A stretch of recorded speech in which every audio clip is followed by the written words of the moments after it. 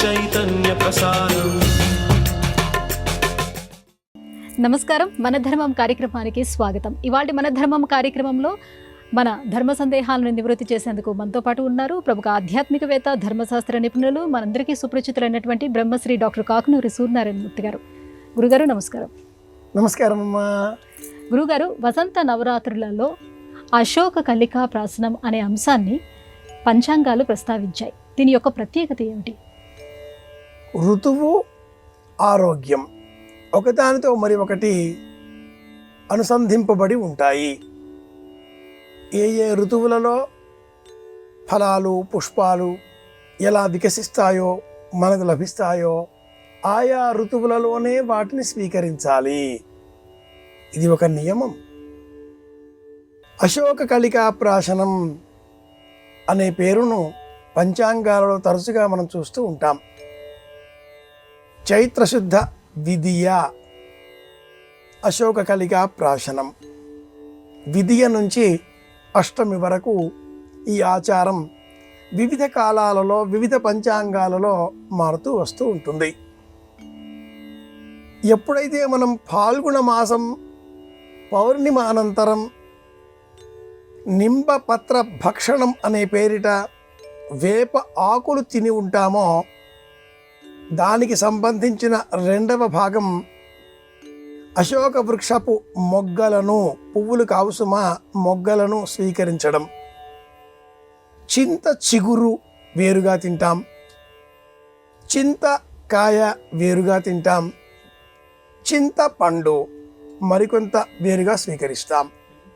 ఇది ఎలాగో మామిడికాయ, మామిడి పండు భిన్నంగా ఎలా స్వీకరిస్తామో అదేవిధంగా ఒక ఔషధాన్ని రెండుగా విభజించి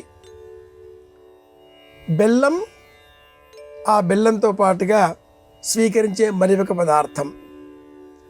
పదార్థం త్రిమధురం.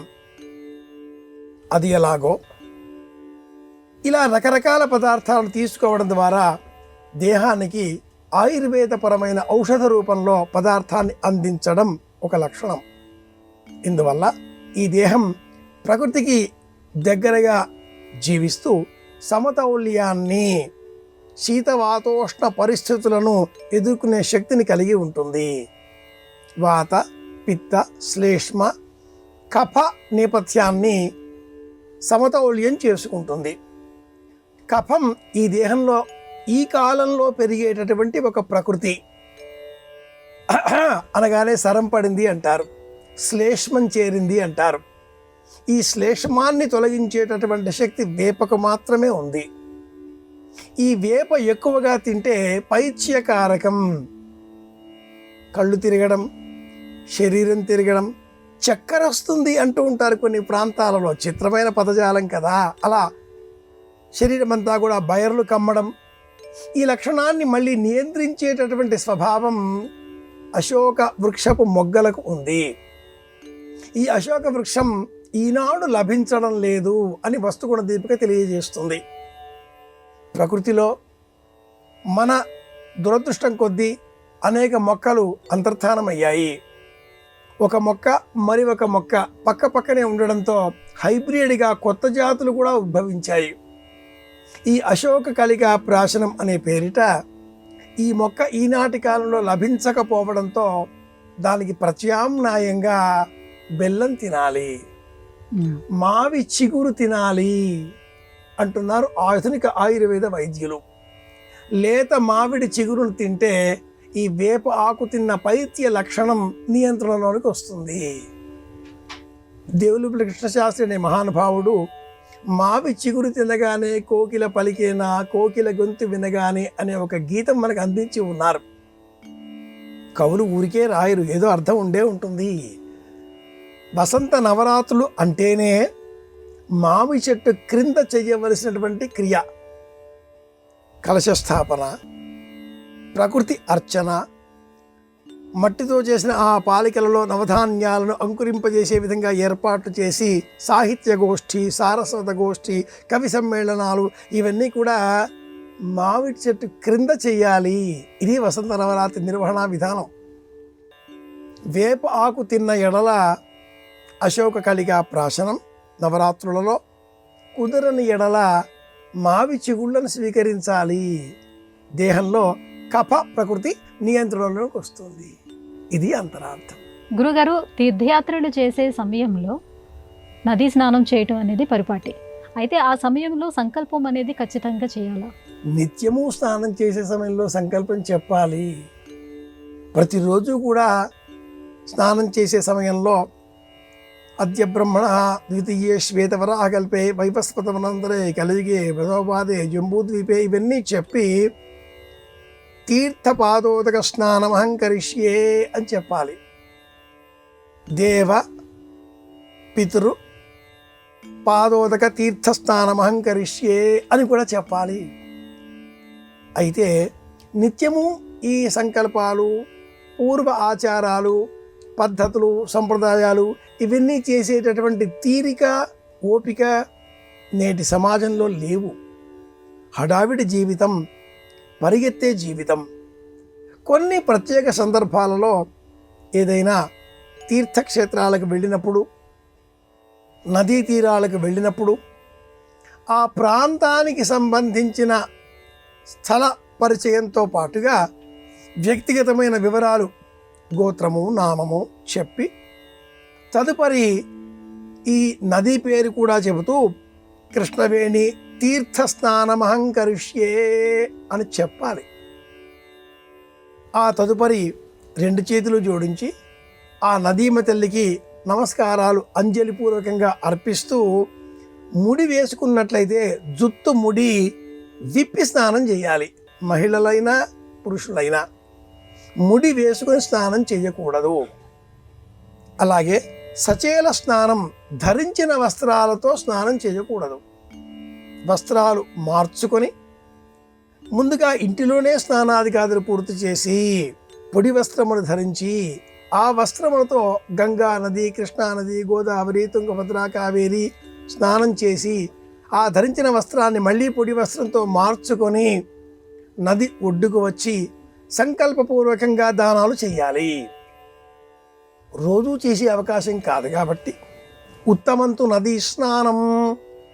నదీ స్నానం ఉత్తమోత్తమం, పూర్వజన్మ పుణ్య ఫలంగా లభించేది ఈనాటి కాలానికి సంబంధించి కనుక ఇంతటి విశేషంతో కూడుకున్న సందర్భం కనుక ఏవైనా తీర్థాలకు మనం వెళ్ళినప్పుడు తీర్థం అంటేనే తరింపజేసేది.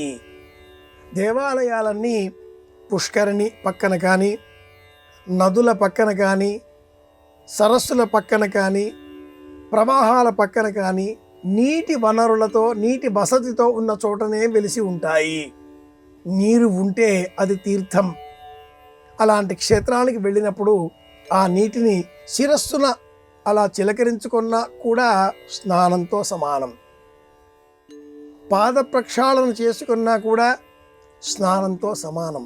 నేటి కాలంలో అనేక నదులకు ఆనకట్టలు లేక అనేక విధాలుగా ప్రవాహాన్ని నిరోధించే పద్ధతులు అమలు చేస్తున్న నేపథ్యంలో నదులలో నీరు ప్రవహించడం లేదు. అలా నీరు నిలకడగా ఉన్న కారణం చేత రోగాలకు కారణమవుతున్నటువంటి సందర్భంలో పారుచున్న నీరు పంటలు పండించు, పారకున్న నీరు పాచిపట్టు, గుర్రం జాషువా గారి వాక్కు ఇది.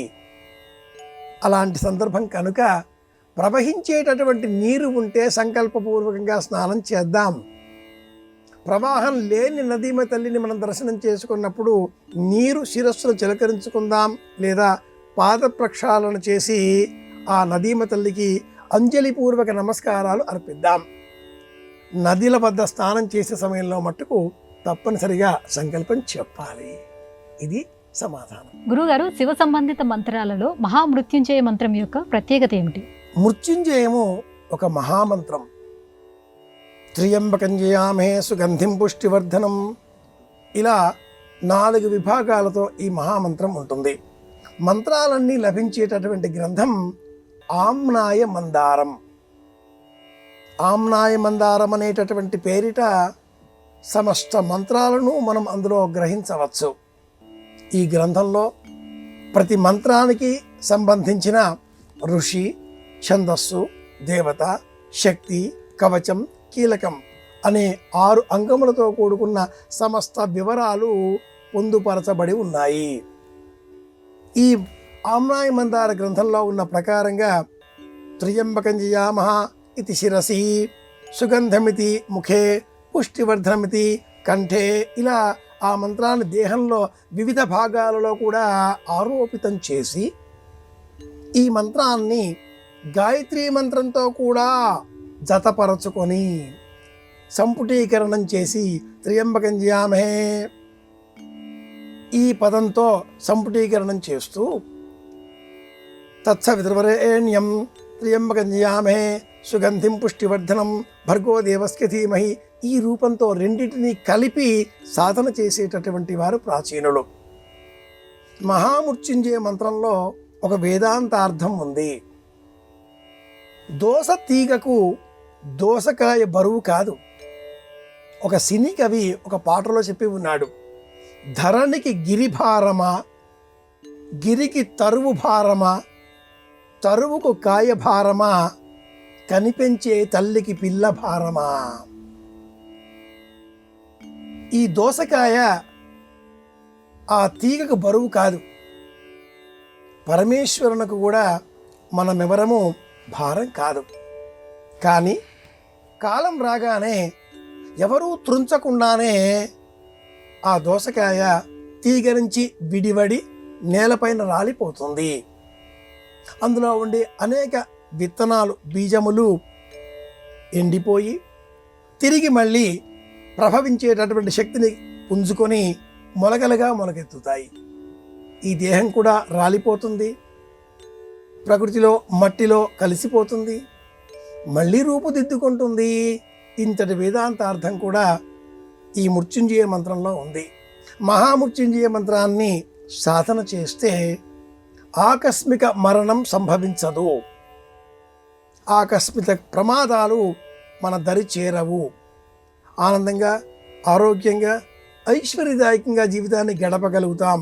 కనుక ఈ అపమృత్యు దోష నివారణార్థం శివానుగ్రహం కోరి మహామృత్యుంజయ మంత్రాన్ని పూర్వం సాధకులు సాధన చేసేటటువంటి వారు. హ్రీం అనే బీజాక్షరం ఈ మహామృత్యుంజయ మంత్రానికి కీలకం అని కూడా శాస్త్ర ప్రమాణం. గురుగారు, అదృష్ట దురదృష్టాలు అనేవి ఆ వ్యక్తుల యొక్క కర్మలను అనుసరించి ఉంటాయా, లేకపోతే జాతకాలను అనుసరించి ఉంటాయా? అదృష్టం దురదృష్టం శ్రద్ధాచమే అశ్రద్ధాచమే తన్మే ఉభయవ్రతం సత్యంచమే అనృతంచమే తన్మే ఉభయవ్రతం విద్యాచమే అవిద్యాచమే తన్మే ఉభయవ్రతం అని వేద ప్రమాణం. సత్యం తెలుసుకోవాలి, అసత్యమును విడిచిపెట్టాలి. కర్మ ఫలం ఆధారంగా అదృష్టం దురదృష్టం అనేవి రెండు ఆధారపడి ఉంటాయి. మనం చేసిన కర్మ కారణంగా శుభ ఫలితం మనం పొందే సందర్భంలో కర్మ ఇది అని మనకు తెలియదు కనుక, కర్మ ఫలం మనం పొందుతున్నాం అని కూడా తెలియదు కనుక, అది ప్రస్తుతం ఆనందం కలిగించిన ఎడల అదృష్టమని, దుఃఖం కలిగించిన ఎడల దురదృష్టమని మనకు మనమే అనుకుంటూ ఉంటాం. జాతకాల వలన అదృష్ట దురదృష్టాలు నిర్ణయింపబడవు. మన కర్మను అనుసరించి అదృష్టం దురదృష్టం ఉంటాయి. మనం ఏ కర్మ చేసి ఉంటామో ఆ కారణంగానే ఆ సమయంలో జన్మించి ఉన్నాం. మన జాతకం ఆ అదృష్ట దురదృష్ట సందర్భాలను తెలియజేస్తూ ఉంటుంది.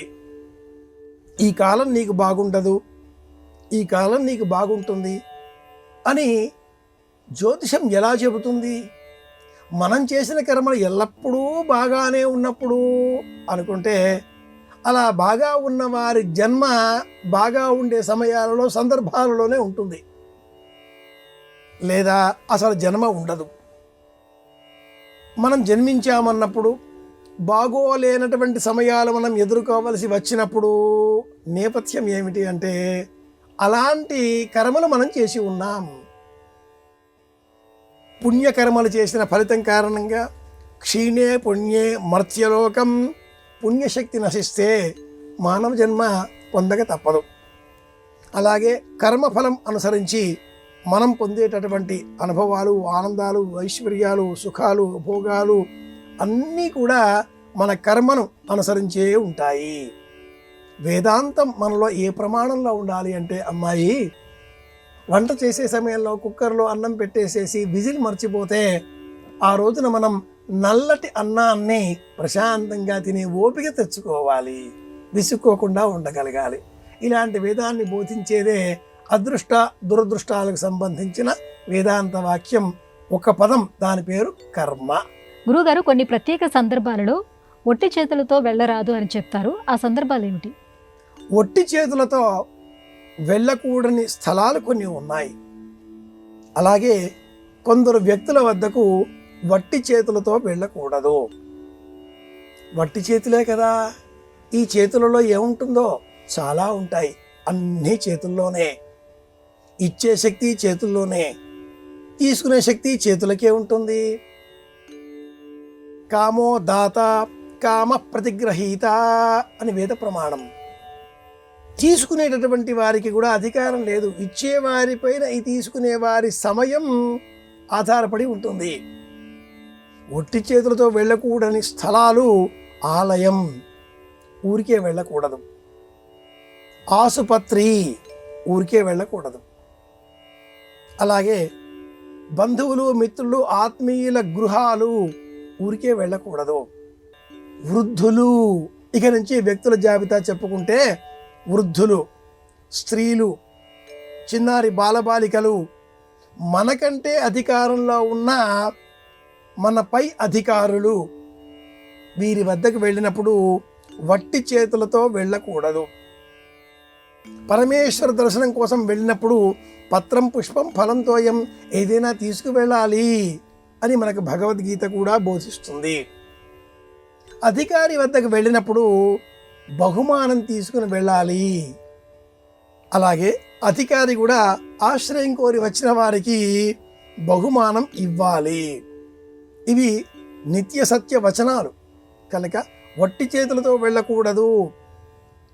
ప్రసవం అయిన అనంతరం చిన్నారి ఆ సంతానంతో ఉన్నటువంటి మహిళ వద్దకు వట్టి చేతులతో వెళ్ళకూడదు. వృద్ధుల వద్దకు వెళ్ళే సమయంలో ఫలం తీసుకు వెళ్ళాలి. విద్యార్థుల వద్దకు వెళ్ళే సమయంలో గ్రంథములు లేదా తావళము అంటే జపమాలిక, పూర్వకాలంలో, ఈనాటి కాలంలో అయితే పెన్ను, నోటు పుస్తకం, వారికి ఉపయోగపడేటటువంటి వస్తువులు తీసుకొని వెళ్ళాలి. వట్టి చేతులతో వెళితే చిన్నపిల్లలకు కూడా కోపం వస్తుంది. వట్టి చేతులతో వెళ్ళకూడని సందర్భాలు ఇవి, వ్యక్తులు వీరు. ఇది సమాధానం. గురుగారు, దవన పూజ పేరిట ఆలయాలలో విశేషమైన అర్చనలు జరుపుతూ ఉంటారు కదా, దీని ప్రత్యేకత ఏమిటి? చైత్రమాసం పాడ్యమి మొదలుగా పౌర్ణిమ వరకు దవన పూజనం అన్న పేరిట వివిధ ఆలయాలలో ఆగమ నియమాలకు లోబడి ఒక ప్రత్యేకమైన విశేష ఉత్సవం నిర్వహించాలి. దవనం అంటే ఈనాటి కాలంలో మల్లెపువ్వుల మధ్యన మాలికలుగా అలంకరించే సమయంలో, అల్లిక చేసే సమయంలో వినియోగించేటటువంటి ఆకుపచ్చ వర్ణంలో ఉండే పత్ర రూపం కాదు. ఈ దవన జాతి కూడా ఈనాటి కాలంలో అంతరించింది. సువాసనలు విస్తరింపజేస్తున్న కారణం చేత మరువం అన్న పేరిట మనకు లభించే దవనాన్నే మనం వినియోగిస్తున్నాం. దేవ పూజనం, అది నిజమైన పదం. పాడ్యమి మొదలుగా పౌర్ణిమ వరకు ఆ తిథికి ఆధిపత్యం కలిగిన దేవత ఆలయంలో ఆ ఆలయ స్థల ఆగమ సూత్రాలకు నియబడి, ఆ నియమానికి లోబడి 18 నుంచి 180 సంఖ్యలో దర్భలను 9, 9, 9 ఇలా బొత్తులుగా ఏర్పాటు చేసి ఆ మూల విరాట్టుకు అలంకరించాలి. దర్భలతో మాలికలు చేసి బంధనంగా ఏర్పాటు చేయాలి. సంవత్సర కాలమంతా వివిధ ఉత్సవాలతో, సేవలతో ఆ అర్చామూర్తిని సేవించిన కారణం చేత మూల విరాట్టుకు కొద్దిపాటి భంగం కలగవచ్చు. మూలం ఎక్కడైతే ఏర్పాటు చేశామో అష్టబంధిక ఆ మూల బంధనం చెదరవచ్చు.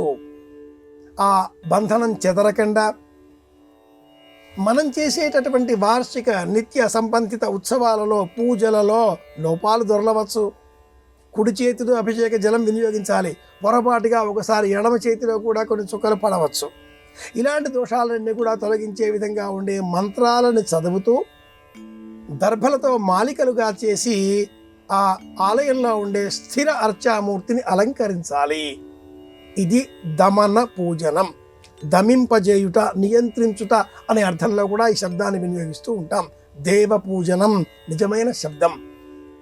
పాడ్యమి నాడు బ్రహ్మ, విధియ నాడు అలాగే తదియ నాడు కుమారస్వామి, బ్రహ్మదేవుడితో పాటుగా అమ్మవారు, చవితి నాడు గణపతి, అలా పంచమి నాడు, షష్ఠి నాడు ఒక్కొక్క దేవతని ఆరాధించాలి.